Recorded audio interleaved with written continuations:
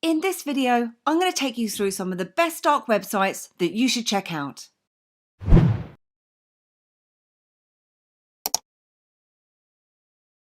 I'm Louise Elizabeth and welcome to Everybit Helps. I really hope you enjoyed this video today, and if you do then please give me a like, hit the subscribe button and share if you feel that others may benefit.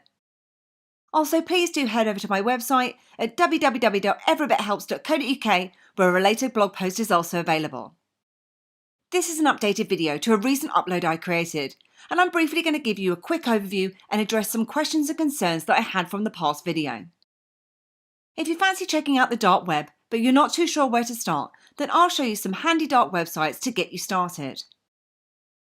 First of all though, a quick introduction to the differences between the deep and the dark web. Well, the deep web is basically anything on the internet that can't be found using a search engine. And this could be the likes of your DMs or private images on social networks, or your personal emails from within your Gmail account. The dark web is a subsection of the deep web, and it's largely responsible for the deep web's bad reputation. This is where you might find black markets, identities for sale, or unpleasant or dark images. Although if you know where to find them and sort through all the clutter, you'll also find some great websites, which is what I'm going to be showing you today. Before you get started, to access the dark web, you'll need to download and use a dark web browser. And you can use the Tor browser run by the Tor project. Tor browser is a technology that bounces internet users and websites traffic through relays run by thousands of volunteers around the world, making it extremely hard for anyone to identify the source of the information or the location of the user. And Tor browser isolates each website that you visit so that third-party trackers and ads can't follow you. Any cookies are automatically cleared when you're done browsing, and so will your browsing history too. Although I did not recommend it in a previous upload, I did mention that Brave has a new window with Tor feature. This is not a recommended way to access Tor, since you can't blend in with other Tor users as your browser fingerprint is very different. You want to blend in with as many Tor users as possible, and the best way to do that is by using the standard Tor browser. Now, in relation to whether or not you should use a VPN or not causes a lot of controversy, and I've been criticised for mentioning it and for not mentioning it in previous videos. So some state that using a VPN in addition to Tor will not make you more anonymous and could harm your anonymity. However, if you check on the Tor project, they state that generally speaking, they don't recommend using a VPN with Tor unless you're an advanced user who knows how to configure both in a way that doesn't compromise your privacy. Please just be careful when browsing the dark web.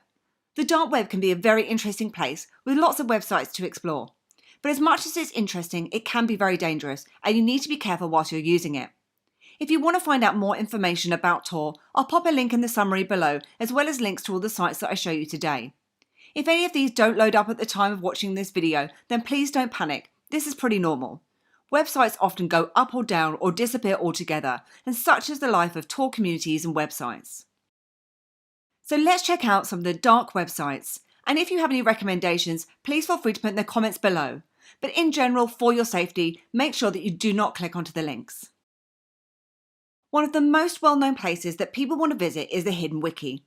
However, the Hidden Wiki is a generic name used by a number of directory sites, and not all directory is the same nor safe. Due to some of these sites being temperamental, I'd recommend checking out Reddit, as here is a great place to get started. However, if you want to jump straight into the dark web, you can also check out a dark web equivalent, Hidden Answers. Hidden Answers is like the dark web version of Reddit, where the users can ask questions and advice, post stories, and discuss a whole host of topics.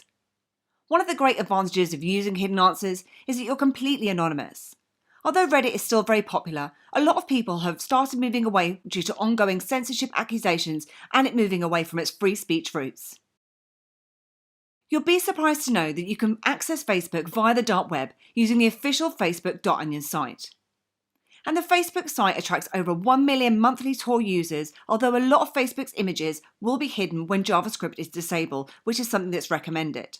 Although many will believe that visiting Facebook over Tor is a contradiction, connecting to Facebook through Tor can offer a way to access the site even if it's censored in your country by using a Tor bridge. If you don't want to use the dark web version of Facebook, or if you don't trust it, there are a whole host of dark web-based social networks and other discussion forums with news and discussions too, such as the likes of Dread or Galaxy 3. Now, it's quite unlikely that you'll find your friends and family members on here to chat with, but you may find some experts in coding, people looking for adult meetups, and other interesting characters too. DuckDuckGo is a private internet search engine which is available on the open web and available as a Google Chrome extension. One of its privacy features is the fact that it doesn't track your browsing history, location, or any other data. The results from your search are always neutral too, unlike Google, which is sometimes known for being biased. Since the release of Tor Browser 6.0.6, you'll also find that DuckDuckGo is the primary search engine. And there's also a dark web version of the search engine, giving you an extra level of anonymity and protection. Darknet markets supply all manner of goods, some legal, others less so, but all use cryptocurrency such as Bitcoin or Monero as a means of purchase, and all are delivered to your door. Previously, the most popular darknet market was the Silk Road. But to find a current list of the most popular markets, such as White House Market or Empire, you can either go to dark.fail or Darknet Live. The Bitcoin Core website is now reachable through the dark web to provide a greater level of resistance against censorship. The Bitcoin Core website posts the latest updates to the open source Bitcoin software, which is programmed to decide which blockchains contain valid transactions. The users of Bitcoin Core only accept transactions for that blockchain, making it the Bitcoin blockchain that everyone else wants to use. ProPublica is a journalism outlet and has its own dark web version of its site, and was one of the very first news sites to do so. ProPublica's work is all legal, so the .onion website isn't much different from what you'd find on the internet. The main difference is that accessing it via a Tor browser gives you a layer of anonymity and security.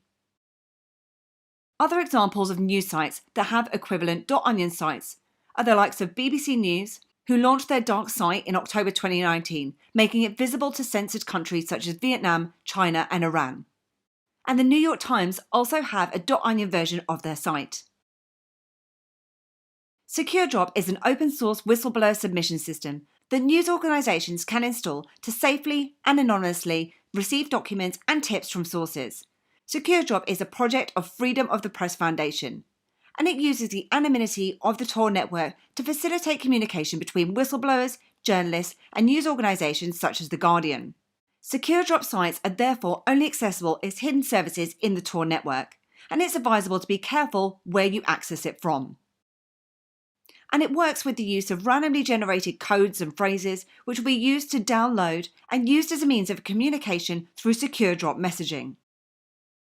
Mail2Tor is an alternative email provider. It lets anyone send and receive email anonymously via webmail or with an email client. And all messages are encrypted, and the company does not log your IP address. As you're probably aware, email is really bad in terms of privacy, as your email provider has access to your entire inbox. Not only that, but they also have information in relation to your calendar invites, travel information, and meetings. And some, such as Google, will automatically enter this information in straight from your inbox. Mail2Tor is only available through the Tor network, and it's a great alternative alongside the likes of ProtonMail. Onion Name is a specialist service which allows you to purchase a .onion domain so that you can host your own .onion website. Because of the way the network works, you can't purchase an Onion domain from a normal registrar like GoDaddy. So head over to Onion Name if you want to get started with hosting, and you can pay for all of these with the likes of Bitcoin. This is a bit of a weird and wonderful one to add to the list. With NumberStation, you're immediately directed to an audio player. Not so weird initially, but when you play it, you start hearing voices producing strange dialects, languages, and numbers as if they were a code to be deciphered. And this isn't too far from the truth, as it actually plays secret and coded messages believed to be from spies in the military. No one knows when the messages were recorded, or maybe if they're sent in real time, but it might be fun just to try and figure it all out. So that was a quick list of .onion sites available on the dark web. And as I said, if you'd like to recommend any, then please feel free to put them in the comments below. And I hope you enjoyed this video today, and if you did, then please give me a like, hit the subscribe button, and please do head over to my website at www.everybithelps.co.uk for more tips, reviews, and tutorials. Thanks, and I'll see you soon.